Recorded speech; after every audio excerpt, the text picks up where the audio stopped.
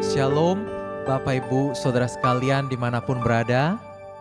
Selamat pagi semuanya. Berjumpa kembali bersama kami dari channel Gereja Mula-Mula Pantai Indah Kapuk dalam acara doa pagi. Mari Bapak Ibu, sebelum kita memulai segala aktivitas dan perjalanan kita hari ini, kita menghampiri Tuhan.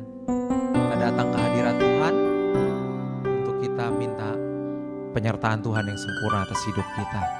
Mari kita berdoa terlebih dahulu.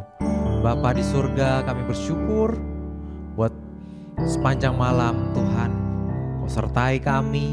Dan sekarang kami boleh bangun pagi hari ini dengan keadaan tubuh yang segar. Bapa, kami serahkan hidup kami hari ini ke dalam tangan-Mu. Ke dalam tangan penyertaan-Mu yang ajaib bagi kami Tuhan. Terima kasih Tuhan. Kalau kami saat ini mau menghampiri tahta-Mu, layakkan kami di hadapan-Mu Tuhan. Kami berkumpul di hadapan-Mu bersama dengan para malaikat kudus-Mu Tuhan. Menghampiri tahta-Mu yang hidup, yang kudus. Mari katakan bersama-sama pujian ini. Kami berkumpul Tuhan. Kami berkumpul Tuhan di hadapan tahta-Mu, sujud menyembah dalam indahnya hadirat-Mu.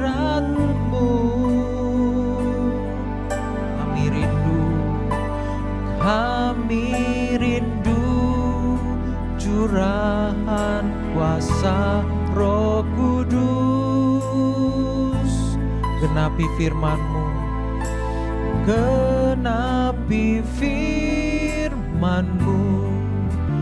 jadikan ku alat-Mu, biar belas kasih-Mu Tuhan, biar belas kasihan-Mu Bapa penuhi hati kami, curahkan kuasa Roh Kudus, api kemuliaan-Mu membakar hati yang rindu untuk melayani-Mu sampai seluruh negeri ini, sampai seluruh bumi ini dipenuhi api kemuliaan-Mu. Terima kasih Bapa, terima kasih buat kesempatan yang indah pada pagi ini Tuhan. Kami mau berkumpul menyembah-Mu Tuhan. Kami berkumpul Tuhan di hadapan tahta-Mu, sujud kami di hadapan-Mu Bapa. Sujud menyembah dalam indahnya hadirat-Mu.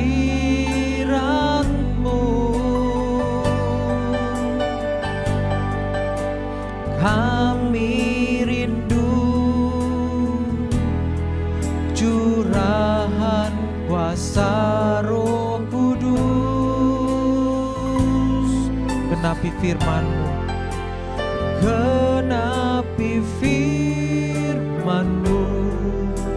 jadikan ku alat-Mu, biar belas kasih-Mu, biar belas kasihan-Mu Bapa penuhi hati kami,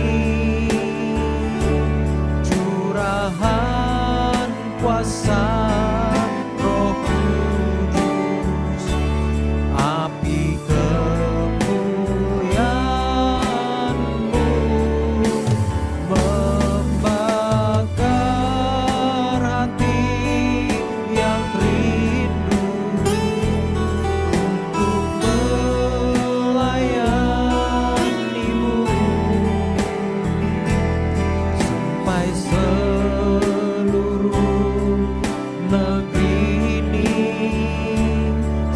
sampai seluruh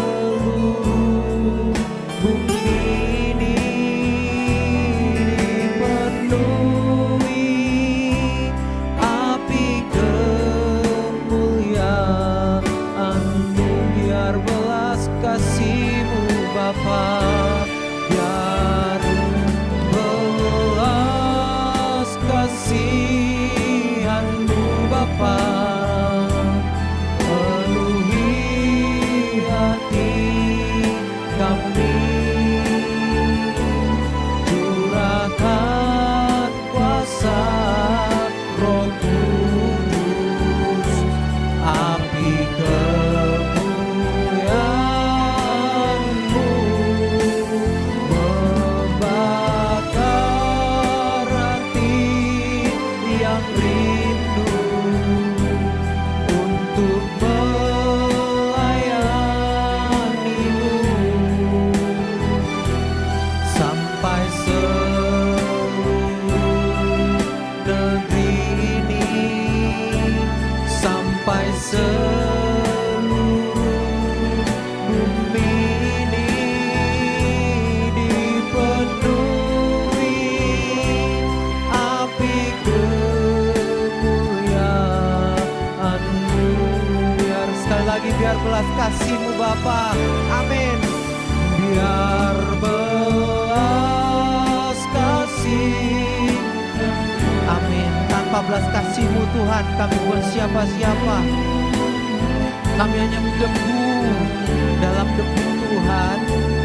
Terima kasih Kau layakkan kami menghampiri tahta-Mu yang kudus itu Tuhan, amin.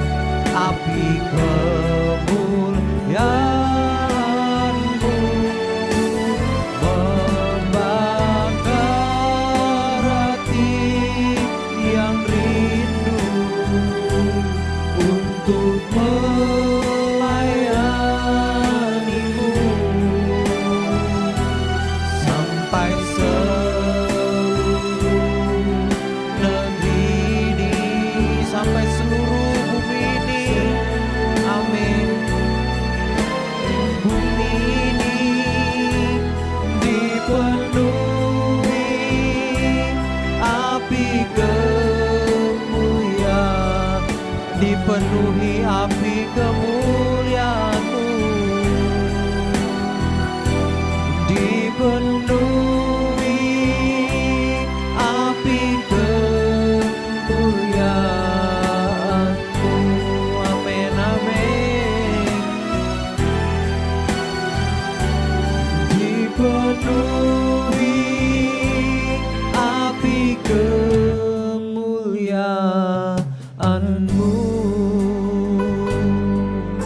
Mari kita ambil waktu sejenak, kita menyembah Tuhan.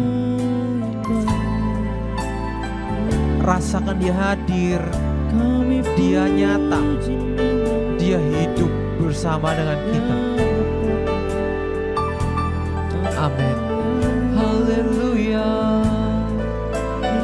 Kami puji Engkau, sembah bagi-Mu, kami menyembah-Mu, ya Allah yang hidup, Kau Allah yang benar. Haleluya, haleluya, Lord. Memuji-Mu Tuhanku, memuji-Mu. Haleluya. Ya Allah, ini kami di hadapan-Mu,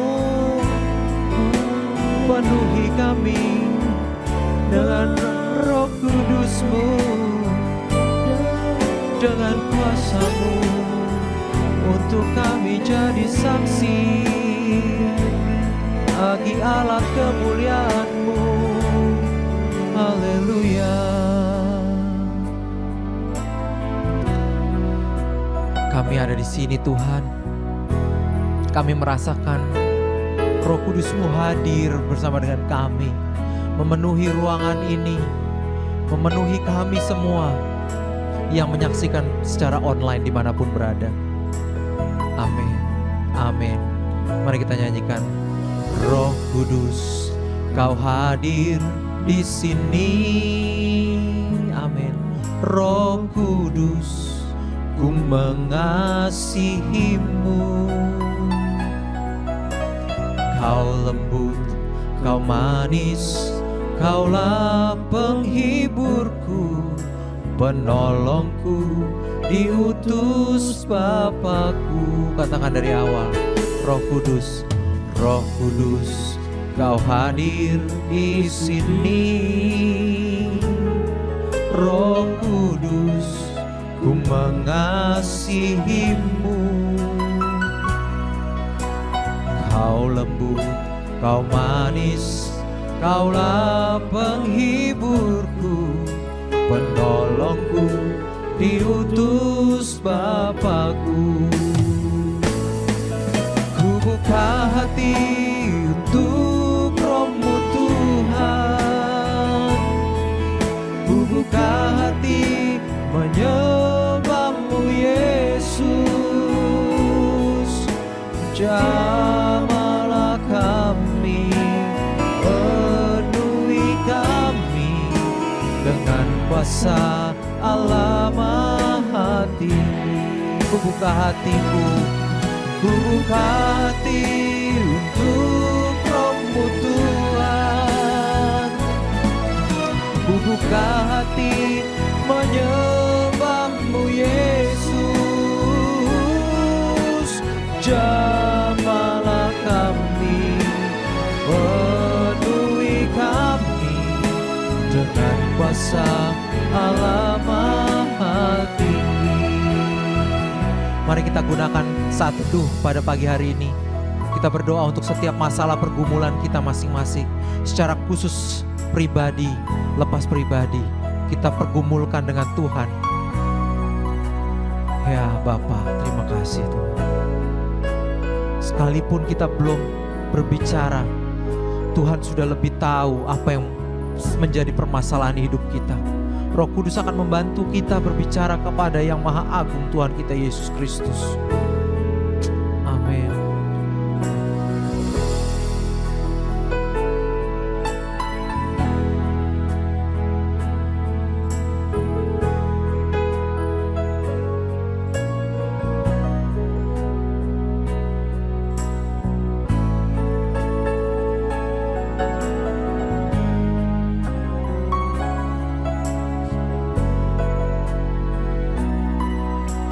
Kami buka hati kami. Ku buka hati untuk Roh-Mu Tuhan. Ku buka hati menyembah-Mu Yesus.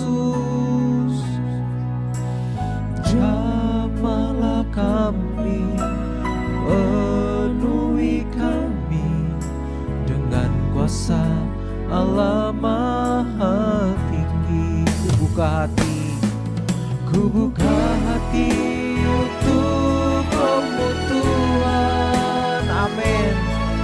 Ku buka hati menyembah-Mu Yesus. Jamahlah kami, penuhi kami dengan kuasa Allah Maha Tinggi. Jamahlah kami, jamahlah kami, penuhi kami dengan kuasa Allah Maha Tinggi. Sekali lagi jamah kami Bapa, jamahlah kami, penuhi kami dengan kuasa Allah Maha Tinggi.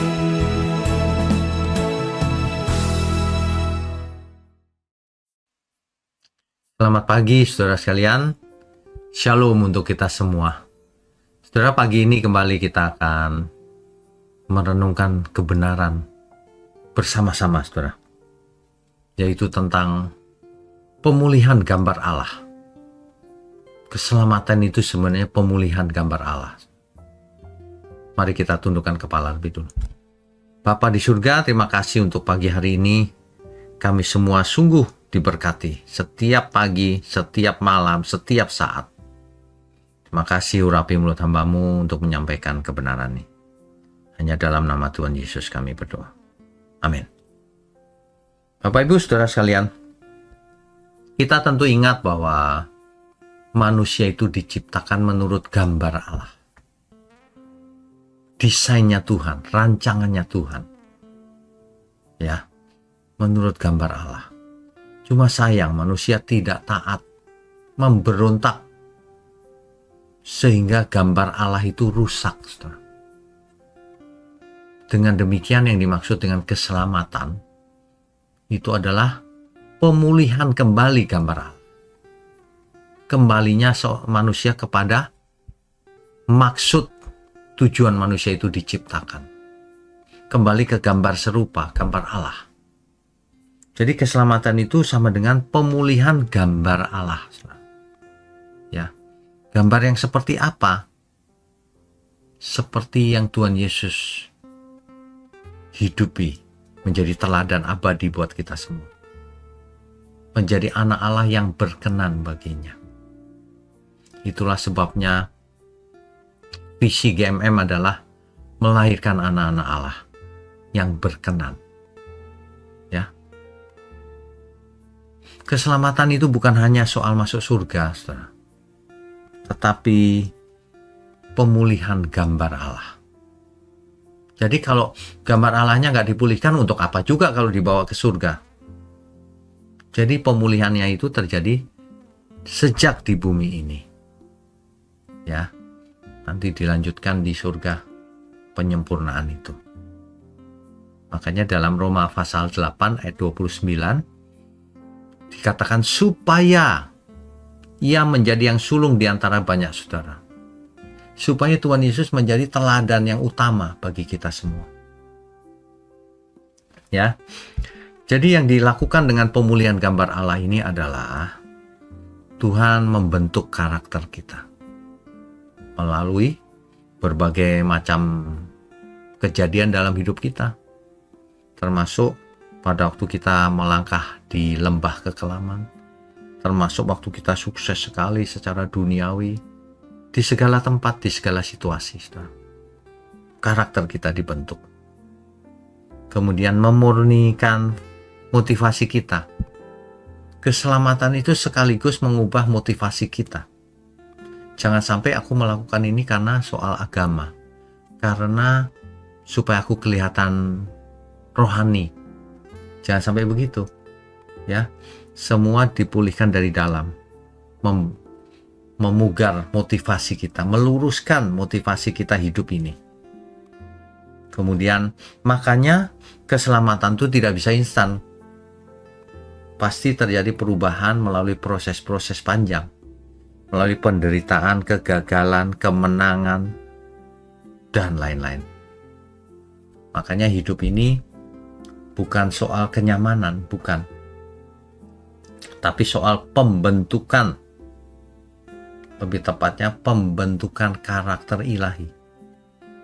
Pembentukan karakter anak Allah dalam diri manusia. Itulah keselamatan. Itulah pemulihan gambar Allah. Ya, manusia itu anak Allah. Jadi kalau rusak tidak jadi anak Allah. Makanya dipulihkan gambarnya menjadi anak Allah. Gitu saudara, ya. Jadi kalau kita hidup ini dipulihkan gambar Allah, kita akan kelihatan gejalanya. Maka kita hidup akan mengasihi sesama, akan melayani sesama. Orang yang gambar diri atau gambar Allahnya belum pulih, ia tidak bisa melayani. Kalau ia melayani nanti diajak berantem semua orang. Semua orang harus nurut kemauannya sendiri, standarnya dirinya sendiri. Gak bisa, saudara. Kalau karakter itu dipulihkan, maka melayani itu tidak hitung-hitungan. Tidak mencari untung. Bahkan berkorban perasaan, berkorban apa saja yang kita miliki. Sebenarnya begitu. Ya. Bukankah hukum yang terutama memang begitu? Kasihlah Tuhan Allahmu dengan apa? dengan segenap yang ada pada kita. Makanya hidup yang berpusat pada diri sendiri itu kosong, saudara. Nggak ada artinya. Meskipun sukses secara dunia ini. Kosong, tidak bermakna hidupnya. Ya. Makanya di Alkitab, di Kisah Para Rasul 20 ayat 35 dikatakan, adalah lebih berbahagia memberi daripada menerima. Makanya kita harus memberi. Memberi bukan jumlah yang penting, motivasinya memang memiliki sifat memberi. Itulah anak Allah, saudara. Ya, itulah yang